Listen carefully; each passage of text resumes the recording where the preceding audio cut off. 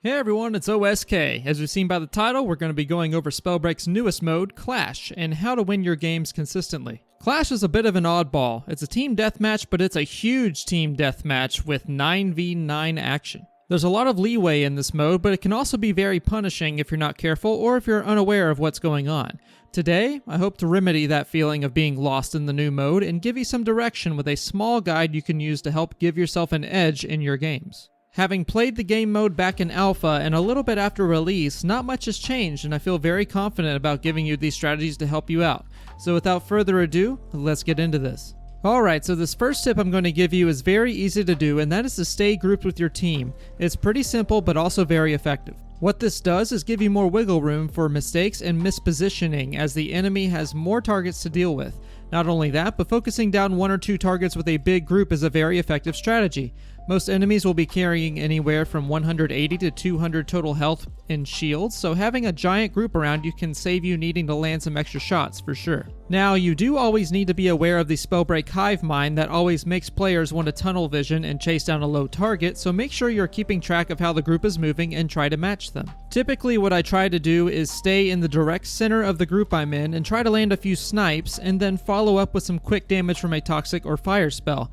Sometimes I will get my exile stolen, but that's okay because I can just switch to another target and have my team protect me. Overall, just make sure you're not straying too far from the group. The more singled out you are, the more the enemy team is going to try to focus you down with multiple members, so stay close to your friends and take down your targets together. Another thing you want to take into account is high ground and platforms, and this is even more important in Clash than it is in the main Battle Royale mode in my opinion, because most people will just go for the easy target for exiles, myself included. Usually, if there's an enemy directly in front of a person, they will go for the path of least resistance. If they see you on a higher platform versus an enemy on a lower platform and on equal leveling, they will most likely go for the other enemy. The fact is that the enemy is going to have to burn extra resources to get to your position, which is good news for you as it should make getting an exile much easier due to the sheer advantage of having more available mana. This is also to say that having high ground in general protects you from certain spells that would otherwise have an easier time hitting you if you were simply on even ground. Spells like Stone's Shockwave, Fire's Fireball spell, and even Toxic Spray are all examples of this. Another advantage to doing this is you get a much better view of where your team's position is versus the enemy's, and it should help you get a cheeky flank on a few targets, and with that, I'll move on to our next topic.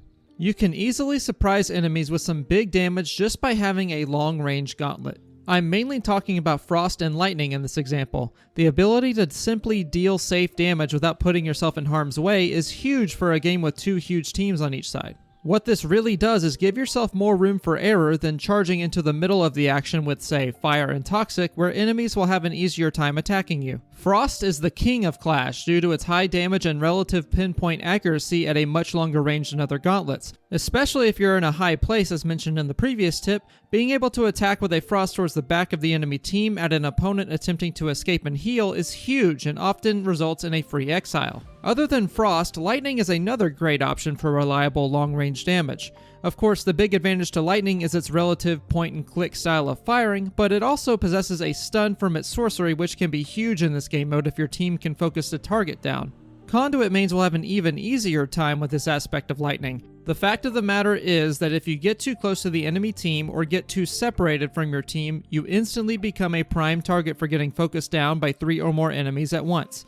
Running Frost or Lightning in conjunction with good positioning and good aim really allows for consistent performance in Clash, and will often win you more games than you lose them. Alright, that's if you want the safe route. If you want to get in everyone's face and really show them who's boss, there is one specific talent that is almost required for this mode. As you may have noticed by now in the game mode, there are no potions in Clash. You only spawn with 2 normal armor shards every time you're exiled. That means that rotating out to reset is almost non-existent. So, you need to run the only talent in the game that gives huge healing without the use of potions, Scavenging. This talent is so broken in Clash because it possesses the capability to heal you for as much as a large safeguard potion at the low cost of exiling an opponent. So if you completely style on and outplay an opponent, you will get up to 50 shield and 50 health.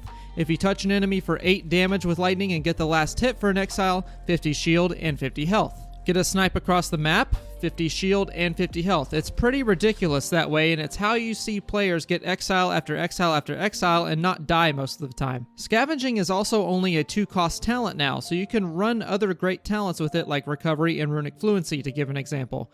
There are a lot of builds that enjoy Scavenging's company. So, whether you charge forward into the enemy's face or hang back and get those long-range exiles, I hope that Scavenging does treat you well. The last tip I have for you is pretty simple.